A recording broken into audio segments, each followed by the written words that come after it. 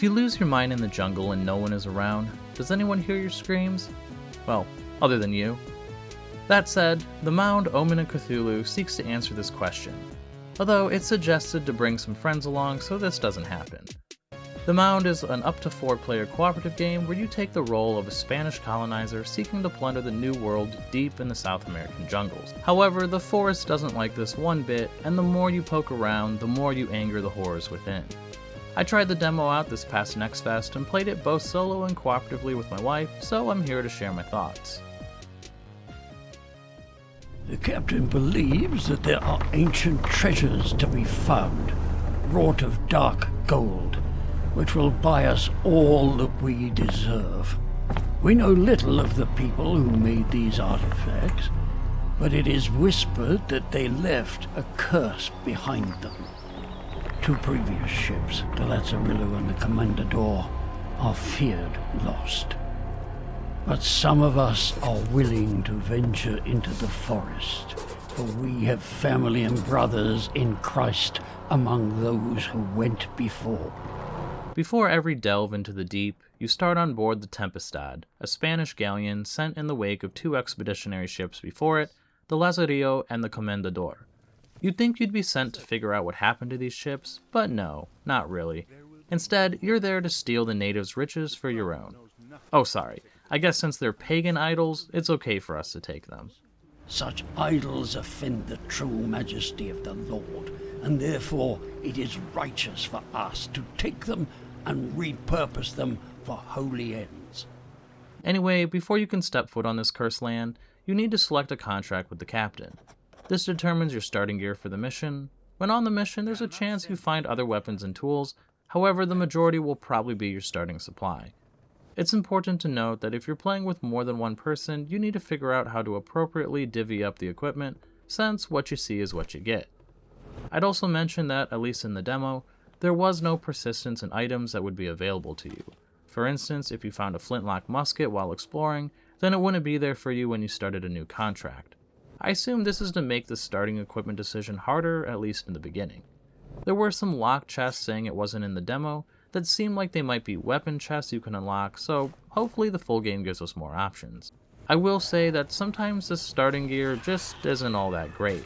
Sometimes you don't get any healing items, or you get more armor than you have characters, which is just a waste because you can't store it on the cart or in your inventory for when your armor might shatter. You could get screwed and have no good options for melee. Every contract has a sailor's knife, but they suck.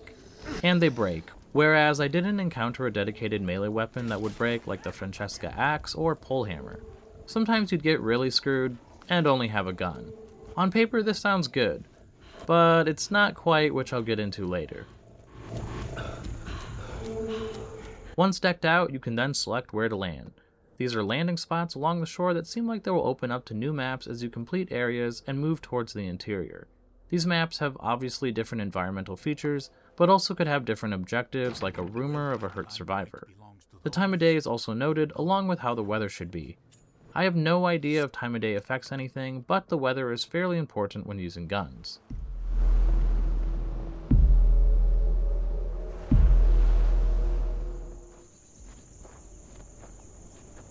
All contracts that you take will have some sort of gold value threshold you need to achieve, along with a possible secondary objective like retrieving a logbook or saving a lost survivor.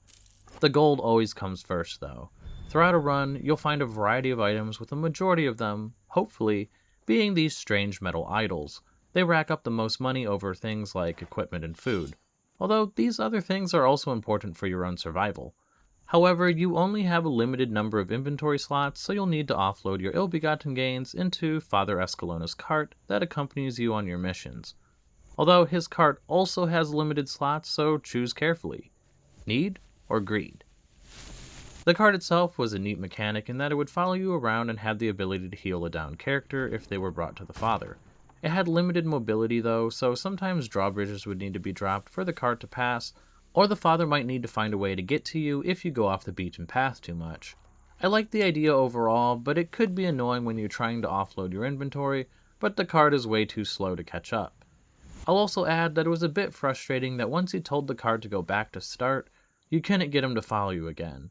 So, if you're watching devs, it would be nice if we could change this in case we change our minds later after what may or may not have been a decision made out of panic and fear for our lives.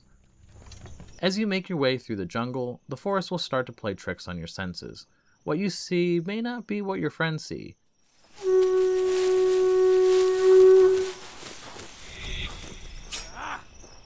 The ground turned red like blood, figures coming in as black shapes of smoke, or maybe that sleek flintlock musket you thought you picked up was actually just a stick. You might hear things others don't, like a scream in the distance or someone blowing a horn. My favorites were when you notice something in the trees but aren't sure if it's something coming to kill you or was just a hallucination. Or maybe you saw a friend who actually turned out to be a monster in disguise trying to eat your face off. All these different things were really cool and did an excellent job to set the atmosphere of the game. I do wonder how easy it would be to pick these things out though if you played the game a lot. That said, I didn't really play the game as it was intended. I played it with my wife, in which we were in the same room, so it became a lot easier for us to confirm what we were or weren't seeing, or telling one another if one of us died. The intended experience seems to be playing online with a group of friends, or randos, and using the game's built-in proximity chat. This way, you may never really know what's going on if you happen to go off on your own.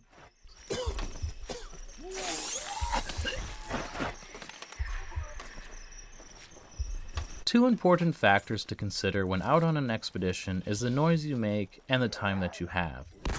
Many actions you take make noise, like walking around while wearing armor, snapping a branch from a tree, or firing a gun. And every bit of noise you make will piss the forest off. Make too much and the enemies will start coming out in droves, making things next to impossible. Luckily, you have things to mitigate this, like watching where you walk, or using melee weapons or ranged weapons that don't make as much noise, like the bow or crossbow. Additionally, there's always just the good old find another way past the enemies, because sometimes not every fight is worth it, assuming you have the luxury of doing so. Time also plays a factor. I wasn't aware of any difference of the gameplay based on the time of day, nor did it seem to change depending on how long you were out. However, in this context, it acts as a timer. You have several hours to get in and do what you have to do before the forest starts waking up and sending everything it has after you and your ragtag band of thieves. And when that happens, or you just make too much noise, then it's time to hightail it out of there.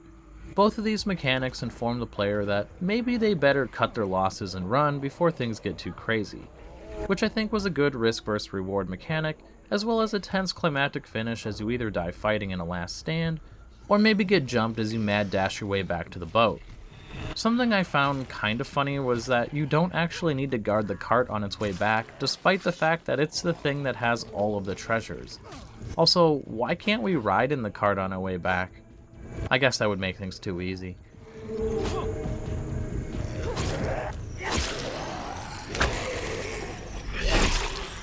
I think it's finally time to talk about the combat, because this is a cooperative first-person action game after all.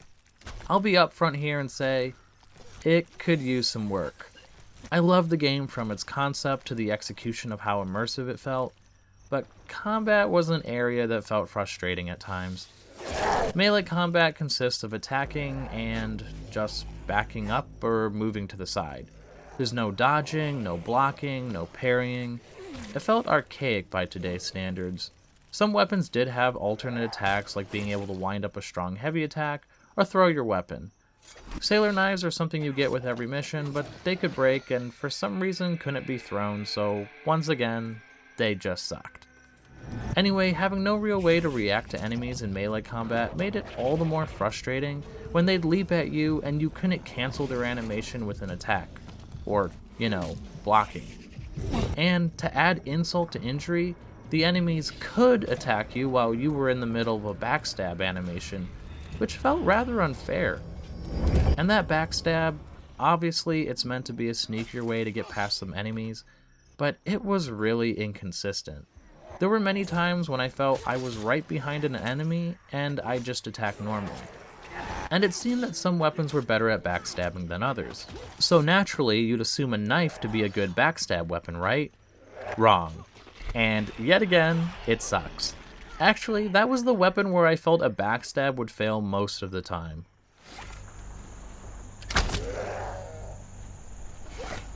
Range weapons, on the other hand, felt pretty decent. The bow and crossbow are what you'd expect, but I really liked the guns. There were two types in the demo, which were pistols or muskets, but of the flintlock or matchlock variety. Muskets are stronger but are slower to reload, and pistols are the opposite of that. Flintlock guns were quicker to reload and more accurate, whereas matchlock guns had a chance of misfire. Or if it was raining, then your matchlock firearm would be useless. I thought these were good ways to add to the immersive nature of the game, while also being a clever gameplay mechanic. However, I think the game is maybe a bit too punishing for using guns, and I think this speaks to the overall difficulty of the missions in the demo.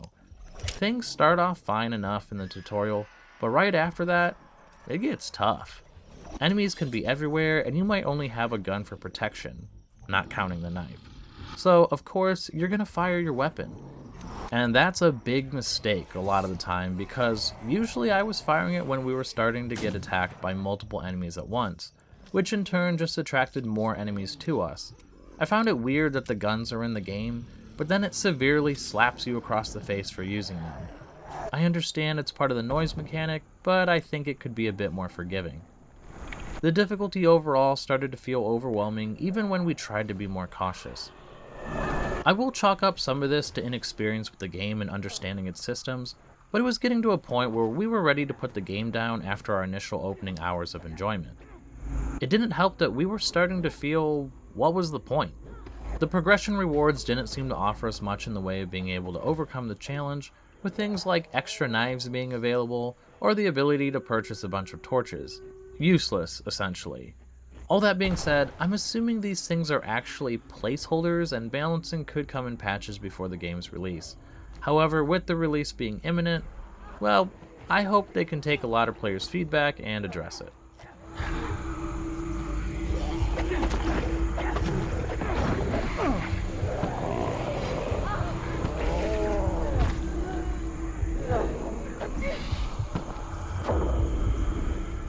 Before I get into my final thoughts, if you're enjoying the video or found it helpful, then please consider giving this video a like and subscribing for more video game coverage in the future in the form of reviews and first impressions. And if you're feeling extra generous, then you could buy me a hot beverage via YouTube Super Thanks, or consider joining my YouTube membership. Every little bit goes a long way in helping improve the channel. I put about 8 hours into the demo and had a good time with it, enough that I'm considering purchasing it on release depending on what the price will be.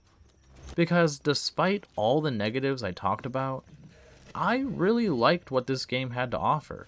The Mound scratched an itch that I didn't know I had, and I wanted to keep playing after I decided I was finished with the demo to make this video.